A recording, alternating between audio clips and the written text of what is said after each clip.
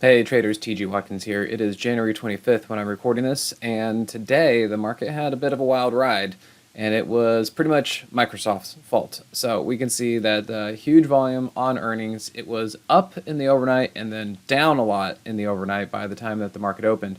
And you could see that there was a pretty big outsized move today, and you know what? It all got bought back up. So for now, we need to be kind of considering this to be bullish. Now, if we look at this as some of the context, what's going on here?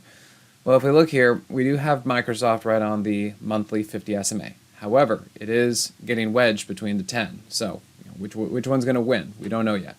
And if we look at the weekly chart, we have a double bottom right here on the weekly 200. Now, I always say a double bottom works when it works. Otherwise, it's a resting place until price moves lower. And what we don't know yet is if this is a resting place or if it is in fact a double bottom and price is going to go higher. But for now, it's looking pretty good and pretty official. So, let's kind of keep that in the back of our mind.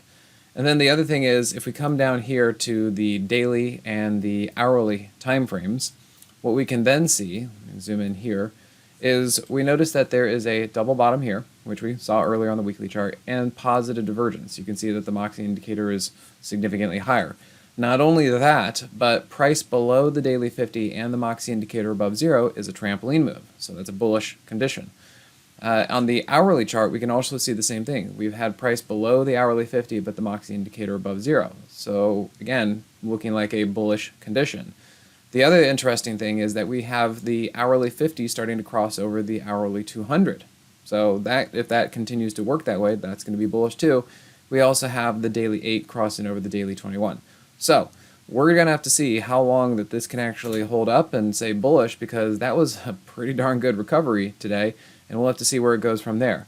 I don't know how much further all this goes, but I am seeing bullishness, and that's pretty much the direction that we should be looking at. I am seeing some longer-term basing stuff.